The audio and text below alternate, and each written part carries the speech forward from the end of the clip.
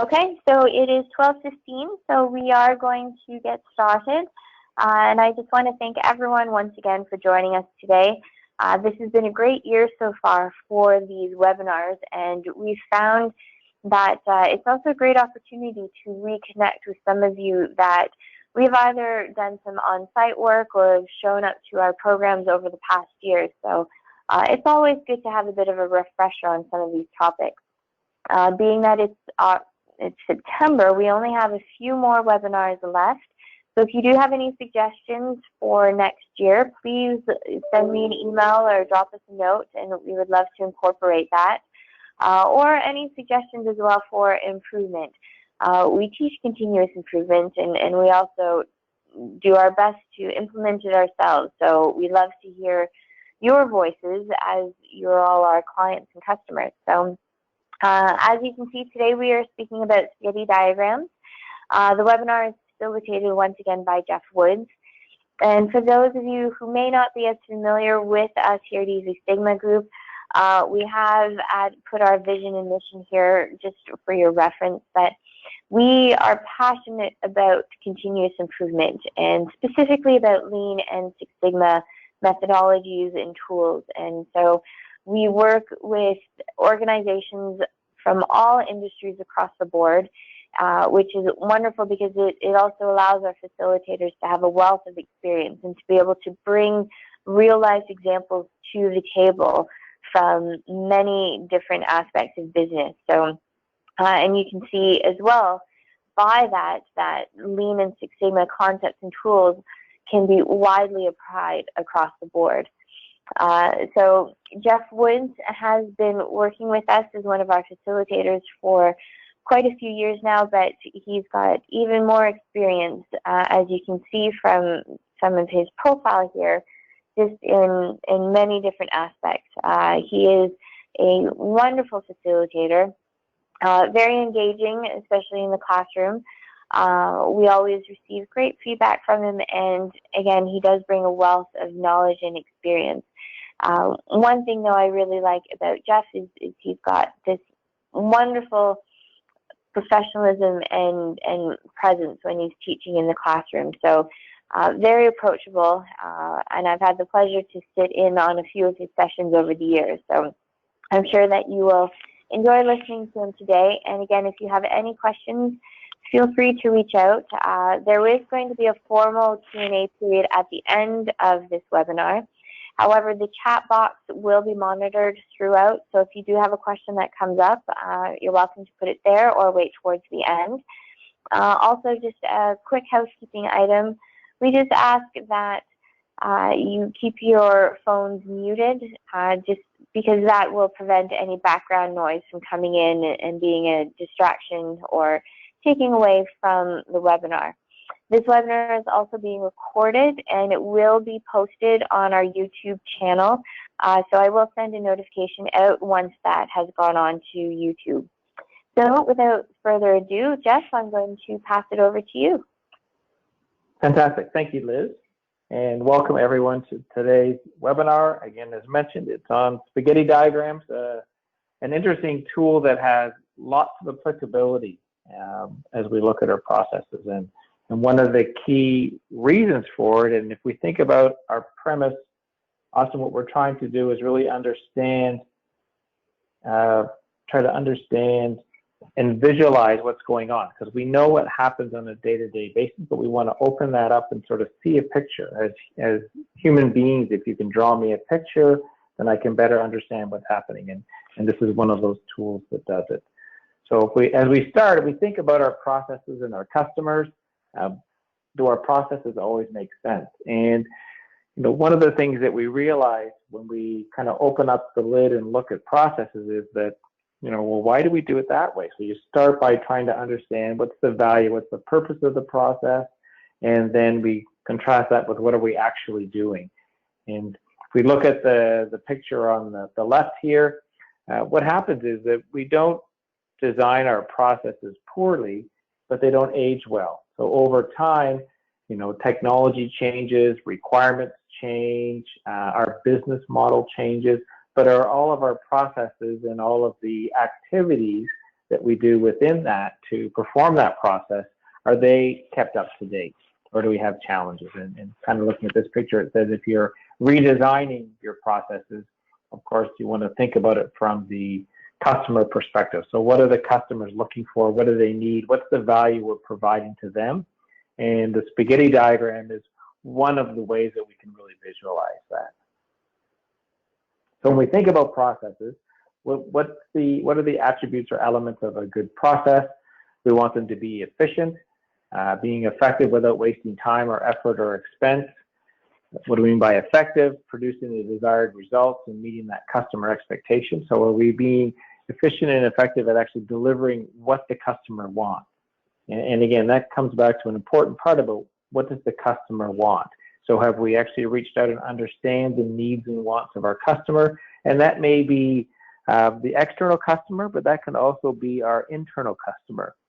Often what we find around overproduction, if we think of the 8 lenses or the 8 wastes, are, we're producing things internally that we're giving to the next step in the process, but do we truly understand what their needs are, or have their needs changed, but we haven't changed what we're delivering to them? So as we look at our processes and understand them, we can come across and find lots of inefficiencies and things that are making it hard to get the job done.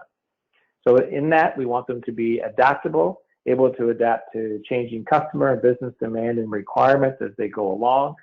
And when we talk about standardize, we want to standardize the process to be, repeatable. We want to make it as simple as possible. We want it to be fully understood. Do we have great documentation? Do we have good visual management? Is it easy for people to do it correctly and at the best way possible?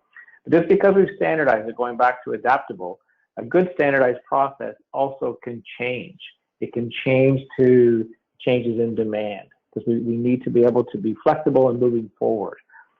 Often I'll have people say, well, we've standardized the process, so we can't change that one anymore. That one's done.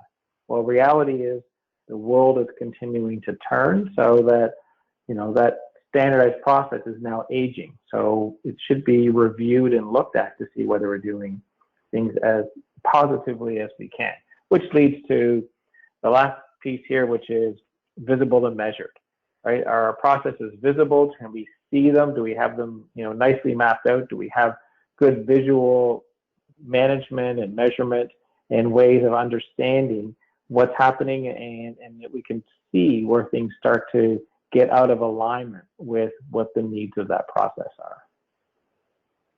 So how do we visualize the process? There's a number of ways. And then kind of just going to talk about a couple, then sort of focus in on the topic of today, which is spaghetti diagrams.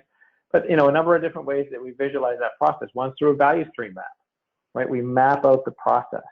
And one of the key attributes of a value stream map is what the experience of going through that process, whether it's a person, a patient, a product, a document, whatever it is that's going through that process, what's happening to it or them as they go along. So the value stream map is a really good way of understanding and seeing the pain in the process and understanding the things that make it difficult, whether that's non-standard process, delays, rework, or whatever. We're capturing those in the data boxes and understanding what's happening, so that allows us to know what we want to go work on.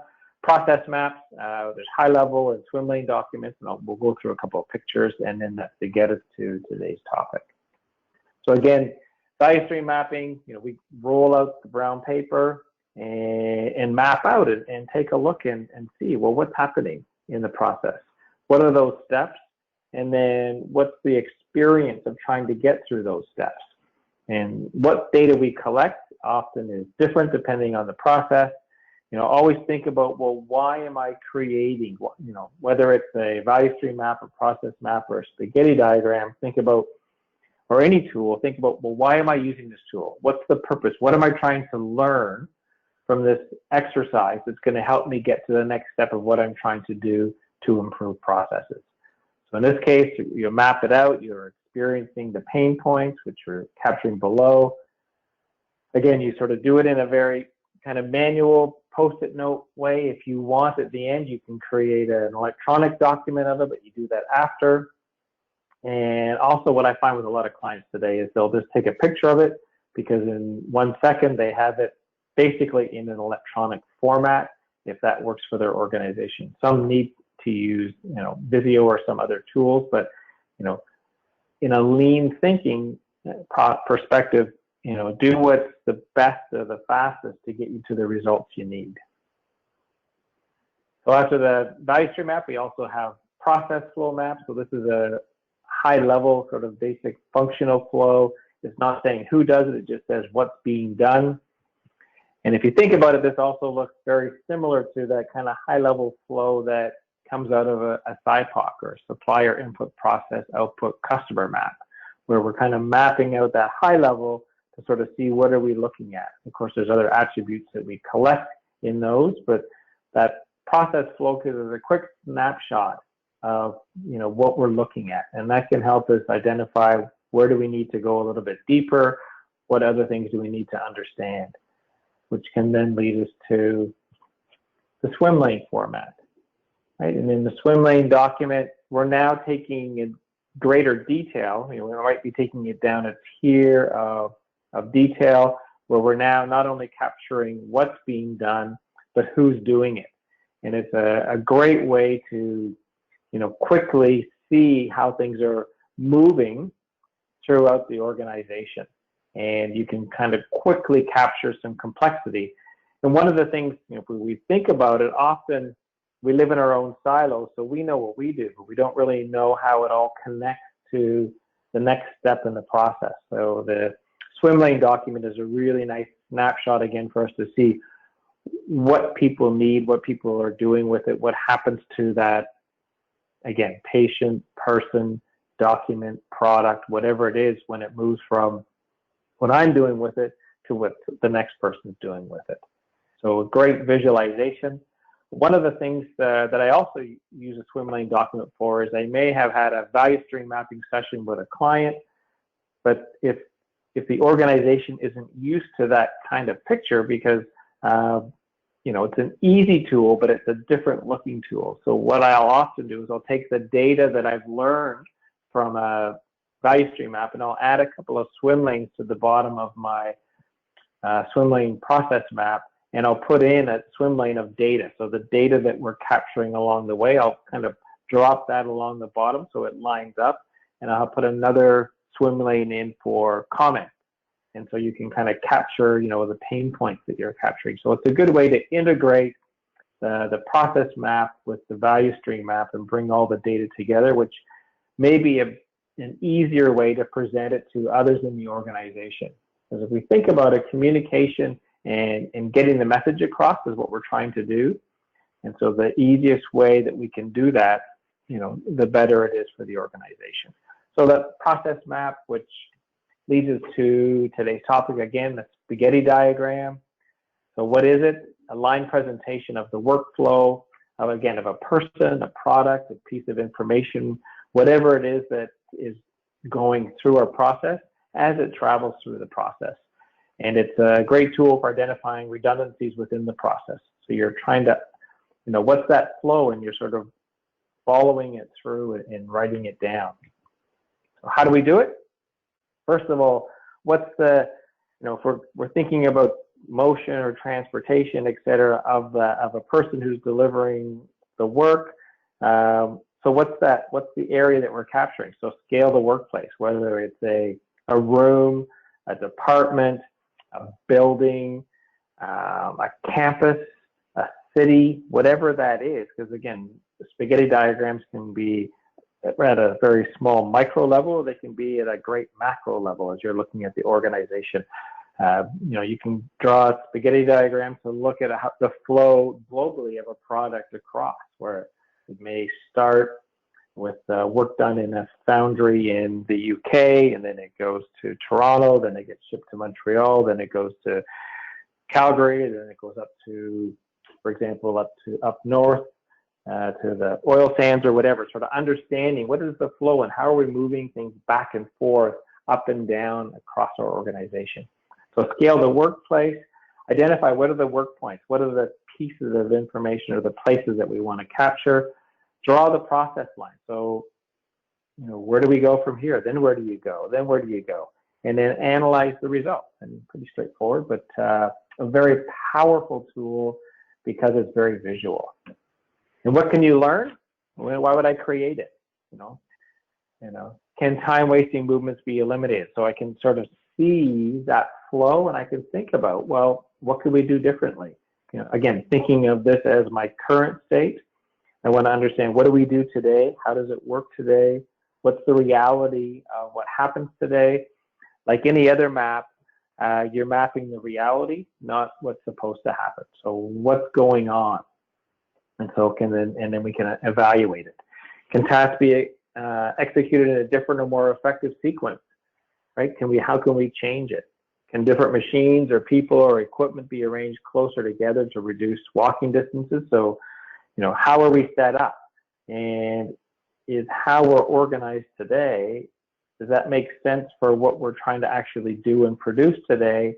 Or did that make sense last year, 5 years ago, 25 years ago, 125 years ago? Lots of organizations have been around for a long time. The facilities they're in have been around for a long time. And so how they actually use them can be kind of force-fitted. And do we have it in the right place? It's interesting. A lot of older organizations, when you go to them, for example, you're looking for the IT department, and it's often stuffed in basements of a various bunch of buildings. You go, well, why is it there? Well, because when they built, example, the university 150 years ago, there wasn't anything called IT. So they didn't have anything designed for it. So now they're just trying to figure out, well, where can we put people? And then they wonder why there's communication gaps, because people are spread all over the place.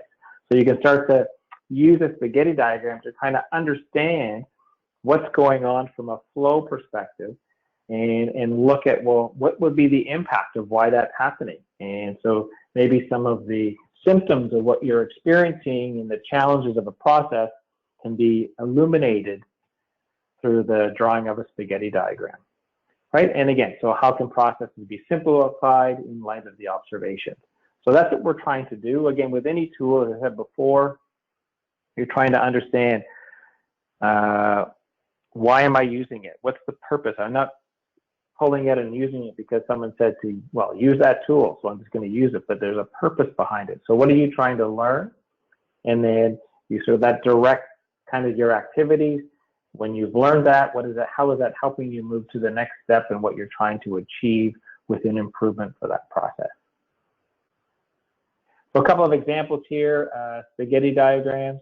Again, if you look at it on the left-hand side, we have more of a micro, movement within an area. So, and again, call it a spaghetti diagram because you look at, as you map out the lines, it starts to look like a plate of spaghetti.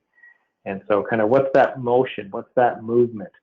Kind of where are people going? How often are they going to those places? Is that the most efficient way to have things set up, or is it set up based, again, on what our needs were, historically versus what our needs and what we use things and what technology we have and what tools we have, what flow we have, what opportunities we have for today. And on the right-hand side, you have kind of a broader picture. In this case, it's kind of an area. So this actually happens to be the campus of a university. And you can map activities and motion and movement around that campus. One of the reasons we used this picture was we were identifying the motion of how you were going and getting supplies to fill up the bookstore. So the bookstore had books and other things that they sold.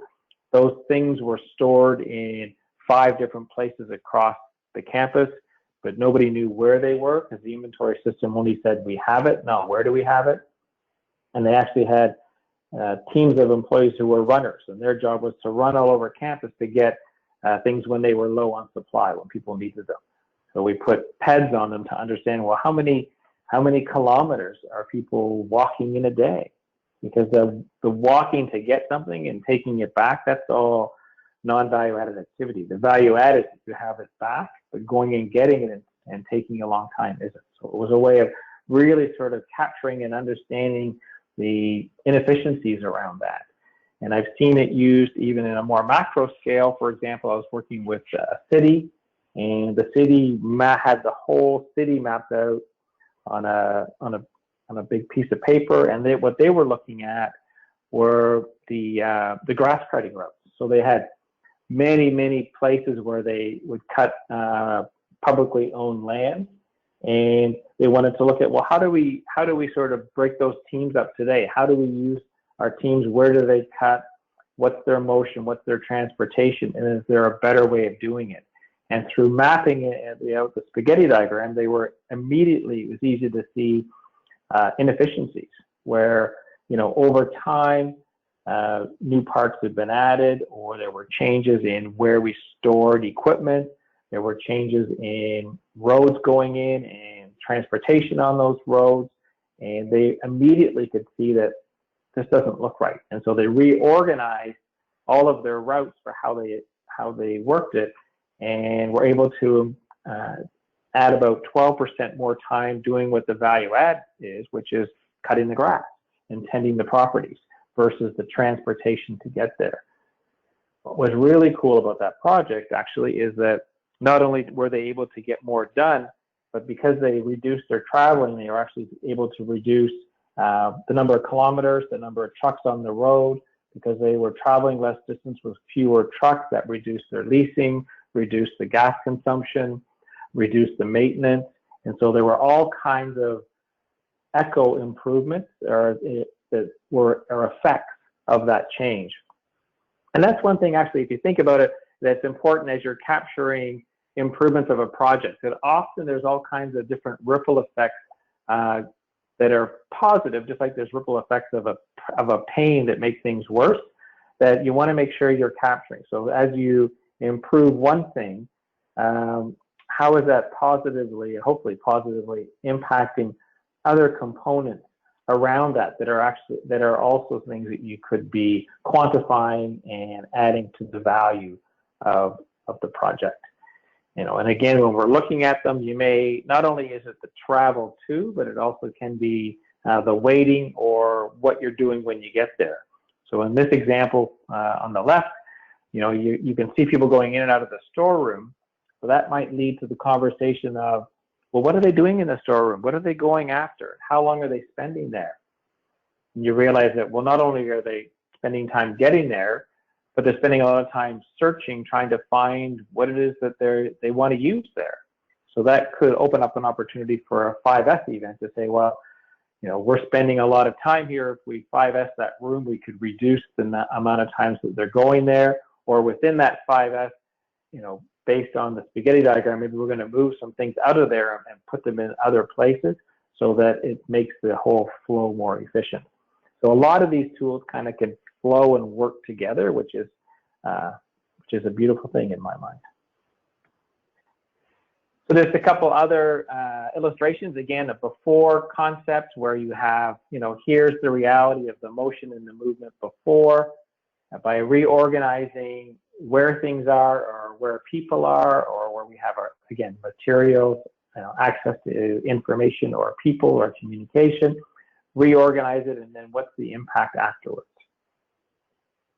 And again, walking is a loss of time, and it's incredible if you start to think about yourself and how much time you spend in motion or transportation within your day-to-day job. Moving from one place to another, going to this meeting, going to get that document, going up to see if someone's in their office. Oh, they're not there, then coming all the way back down and saying, oh, I'll go back and try in half an hour. Again, just another example of kind of mapping out, using that spaghetti flow diagram concept to sort of map out, well, what's going on? And again, it's so visual. It's a lot easier to sort of show the picture to tell your story than just to say, 140 steps. What does that mean? So when we're building out new processes, when we're kind of building out new facilities, when we're kind of moving forward, are we using lean thinking in those original designs? And again, over time, as things change, as we sort of started this conversation around, again, we don't design processes poorly, but they don't age well. As things have changed in the organization, as requirements have changed, as products have changed, as technology has changed, how expectations have changed, how we kept up with our processes and our design to meet that. So, again, often when you go and map these things out, you go, well, that's crazy. Why do we do it this way? Doesn't make any sense, but it has that history of where it got there. And each change was just one step further away from, being a really good process. One step, one step, one step, one step, and over, again, whether it's a year, 10 years, 100 years, it becomes, wow, that doesn't make any sense. Why do we do it this way? Is it worth making the change? Again, we think here in a healthcare example, what are you doing? Why is it taking so long? Or what makes it difficult to get the job done? You're realizing they're going back and forth to the ward treatment room. Well, why can't we have that? Is there a way that we can have all of that material right where we need it? Maybe in a way that it's safely managed, so that we can more quickly be spending our time doing what we need to do, which is tending to the patients, not walking back and forth and being away from the patients. We think about it, what comes after the spaghetti diagram. So, again, it's a very common tool that you can use on a whole bunch of different projects to kind of understand and visualize what's happening. So really, it's a great way to capture that loss of time due to motion or transportation. And as I mentioned earlier, you can also capture waiting. An example would be, we're capturing all the time waiting because we only have one main photocopier. But what happens when you get there? We have, what's the queuing and the waiting at the photocopier time, waiting to get that information or waiting to get that document. Just as I mentioned before, that waiting could be waiting, it could be searching. So I have to go somewhere, but now because we haven't 5S or have good organization, I'm spending time searching for what I went there to get. And maybe it's not even there. So maybe we're out of stock, or we kept it, now we moved it to somewhere else. So do we have good Kanban systems and good inventory systems to know where we have it, how much we have, when do we need to order more? So again, all these tools can nicely flow and fit together. And another thing that you can do is once we kind of have that visual mapping out and seeing it, then I can step back and say, well, what's the time? So what are the metrics? So that can lead to step 2, where, metrics gathering of the activities to quantify the impact of that ineffective flow. And that's really important within anything, because, to say, yeah, it'd be nice if we could move this over here because it'd be faster for us, doesn't have the same compelling story as, we're actually spending an hour and a half a day in excess transportation that we could reduce if we reorganize it. And that hour and a half, how does that then reflect back on the work that's being done? We could increase the volumes of the work we get done. We could reduce the time delays because we're getting more done. We could introduce new processes because now we have more time to do things. So what are all of the positive things that could come out of the fact that you have that additional time being captured? Which again is another important step, is when you fix something and you create that capacity, when you create the ability to get more done, how is that being used? How are you then using that time effectively for the organization? And have I captured that increased capacity and what we're getting done as a benefit of the project? Again, because you have that ripple effect. Because I can do that, that means I can get more done.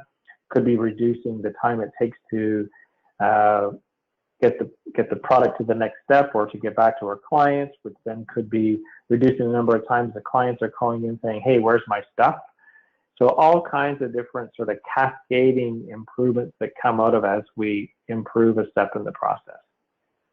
So again, that improved flow, so the changes to that physical space can be visualized through a target state spaghetti diagram to the improved process. So we've gone from the current state to the target state, update the metrics to quantify that improvement, so we can really understand what's happening. And then again, with all changes, make sure it becomes the new standard. And this is really important because we change things often, but then they seem to slide back to the old way. So how do we make sure that we standardize that stepwise improvement? Particularly with things when we're reorganizing where things are. So do we have the appropriate visual tools that are being added or updated? For example, if we've now moved to have something in a different area, have we labeled it so everybody knows where it is? Have we changed our signage to make it easier to know where things are, how to get to things? Have we updated our documentation that tells everybody kind of where to expect it? Have we changed our onboarding for new people coming into the role? Have we trained everybody about the new way? You move everything around and then all of a sudden, Bob comes back from vacation for 2 weeks and he's going, what happened? Where is everything? And then he's kind of going into the other room looking for things. And then he goes, well, it's not here, so I'm going to put them in here. And then it starts to degrade. So that whole standardization is a really, really important step to always do whenever we're making an improvement. And again, sort of stepping back, the spaghetti diagram, as you can see, can be really useful to help deliver a small Kaizen project. Once you do that, once you've made the change, standardized it, made that the new way of doing the work, you're measuring it, you're auditing it, and pick another pain point and repeat, right? That whole idea of continuous improvement and getting, again, the spaghetti diagram is done with the people who do the work because they're the ones that you're mapping and flowing, and you get everybody working towards that culture of how can we do things better and looking through those lenses at the 8 ways to say, what if I'm walking a long distance, that's taking me away from getting the work done, right? If I'm searching for things, if I'm trying to find things, if I'm waiting at the photocopy machine, if I'm waiting for someone to give me the information. So all of these steps, kind of you want to culturally to start to have everyone who works for you start to think about that way, and then that you have that fantastic cascading snowball of improvements going on. So pick another pain point and repeat. Continuous improvement. And that's really what we want to talk about. What is a spaghetti diagram? How is it different from other ways of kind of visualizing the process? What are some of the great things we can do with it? How can we articulate, pull, use it to tell the story, to then draw data, to quantify, understand improvements, decide if it's worth doing it, and make tomorrow just a little bit better than today in our organizations. I'm going to pause for a moment, and sorry if that seemed like a very long sentence that I was just going through. Obviously, I'm passionate about the work. But I'm going to pause. If anyone has any questions, again, you don't have to come onto the line and say, nope, no questions. I'll just listen. If you have one, please jump in or put it in the chat box. And I'll pause for a minute. If we don't hear anything, then I'll kind of move on to the next step. So this is my pause.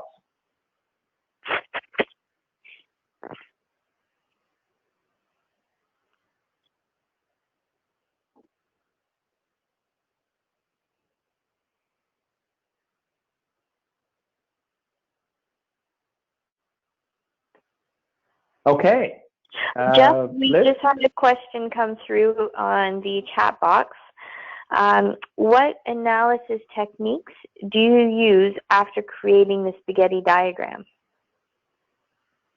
What analysis techniques? So, out of creating it, you can then look at ways of measuring and the data. So you might start to then look at, well, how much time can I equate time to the distances being traveled? Can I also look at capturing what else is going on? So we talked about the weighting. So is there weighting that's also incorporated into that then could lead to some other potential cascading things that we want to do rather around, say, a 5S event or a better visualization of data, the movement of things. So the analysis comes in, what could we do differently? And talking to that team that does it and say, well, what are your ideas? What could we do, again, to be better meeting the customer needs? And then taking that, again, going from visualization to quantification, and then taking that quantification back to what could we do differently, and then how how would that improve the process, and is it worth doing it? So is the juice worth the squeeze? So if I'm understanding the question properly, that's kind of, those would be the steps in analysis, is really starting to then equate the effort down to some sort of metric that you want to look at and try to improve. Thank you, Jeff. So if you have any further questions, again, feel free to use the chat box, or you can stay on the line. We will remain on the line for a little bit following this webinar in case you do think of anything. But as you can see, we also wanted to mention that if you are interested in further training on Lean or Six Sigma, we offer many different options, and there's currently the promotion going on. And with that, I'm going to pause because, Jeff, we just had another question come through. So it says, we rearranged our entire sterile reprocessing department to reduce distance and time traveled to pick surgical case carts from 1.5 kilometers to 400 meters per day. Sorry, that wasn't a question. That's an amazing testimonial. So thank you for sharing that. So I'll read that again just for everyone. You rearranged your entire sterile reprocessing department to reduce the distance and time traveled to pick surgical case carts from 1.5 kilometers to 400 meters per day. So now, did you use, when you were doing that process, I'm presuming you also used spaghetti diagrams throughout that. Is that correct?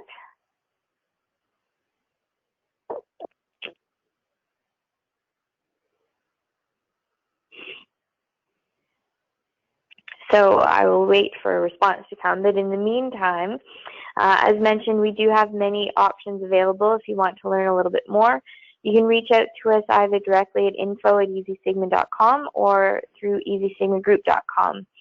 Also, as mentioned at the beginning of the webinar, this is September, so we do have a couple of webinars left. The next one is coming up on Halloween, October 31st. And on that, we are going to discuss writing an effective A3 report. So with that, I'm just going to leave the line open for a few minutes. If you do have any further questions, you're more than welcome to speak up or use the chat box once again. And thank you for sharing your testimonial about reducing distance and time traveled. And thank you as well for the question that came on a little bit earlier. And Liz, there was a response to say, yes, they did use the spaghetti diagram. Oh, perfect. Thank you so much.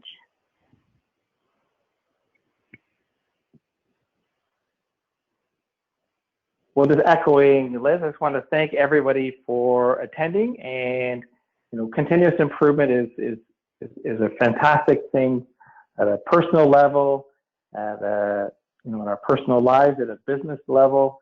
And if we think about it, we want to open it up. We want, our organizations to be more efficient and effective and more competitive so that we can provide better service, whether that's through a government agency or whether it's through the private sector, nonprofit, to make Canada a better place for our people and our businesses to compete around the world.